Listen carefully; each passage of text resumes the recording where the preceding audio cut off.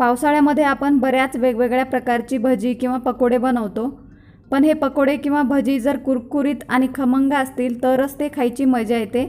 आणि हे रव्याचे पकोडे जर तुम्ही या पद्धतीने बनवले तर ते अर्धा ते 1 तास म्हणजे थंड झाल्यावर सुद्धा मस्त कुरकुरीत राहतात आणि चवीला तर अप्रतिम लागतात।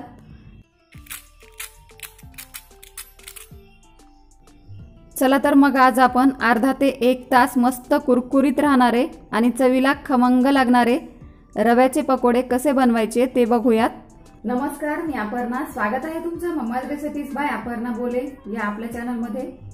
तर हे रव्याचे पकोडे बनवण्यासाठी आपल्याला घ्यायचा आहे एका बाउलमध्ये 1 कप रवा। रवा बारीक किंवा जाड कोणताही घेतला तरी चालेल। आता यामध्ये घालायचा आहे आपल्याला एक मध्यम आकाराचा बटाटा। तर बटाटा मी इथे बारीक चिरून घेतलेला आहे, तुम्हाला हवा असेल तर किसून घेतला तरी चालेल।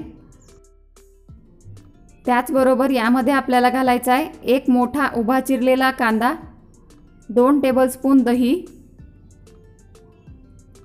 पाव कप बेसन पीठ, 1 चमचा लाल तिखट, 1 चमचा जिरेपूड, 1 चमचा लसूण पेस्ट, बारीक चिरलेली कोथिंबीर। आता यामध्ये घालूयात चवीनुसार मीठ आणि आता थोडं थोडं पाणी घालून आपण याचं पीठ भिजवून घेऊयात। आपण जसं कांदे भजी बनवण्यासाठी पीठ भिजवतो त्याचप्रमाणे आपल्याला हा रवा भिजवून घ्यायचा आहे।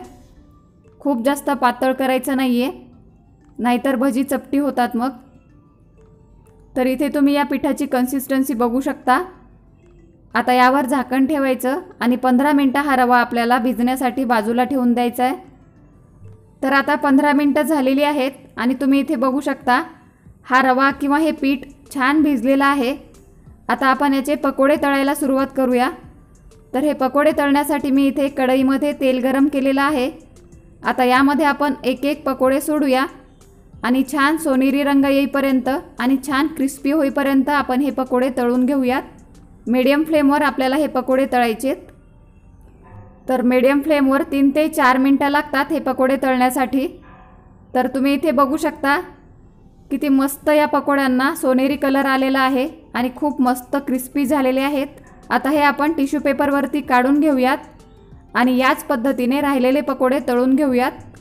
तर या पावसाळ्यामध्ये या पद्धतीने हे रव्याचे पकोडे तुम्ही घरी नक्की बनवा, खूप खमंग लागतात आणि खूप कुरकुरीत होतात। त्यामुळे मला खात्री आहे तुम्हाला नक्की आवडतील। हे पकोडे तुम्ही टोमॅटो सॉस बरोबर खाऊ शकता किंवा असेच खाल्ले तरी खूप छान लागतात। तर इथे तुम्ही या पकोड्याचा आवाज ऐकू शकता।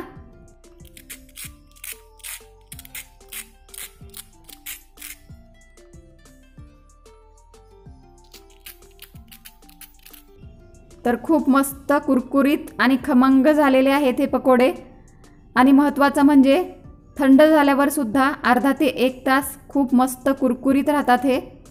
त्यामुळे एकदा नक्की बनवा आणि बनवल्यावर कसे झाले हे मला कमेंट करून सांगायला विसरू नका।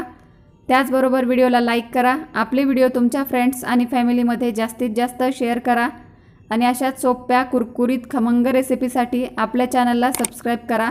पुन्हा भेटूया अशाच एखाद्या मस्त रेसिपीबरोबर। तोपर्यंत मस्त खा आणि स्वस्त रहा। थँक्यू।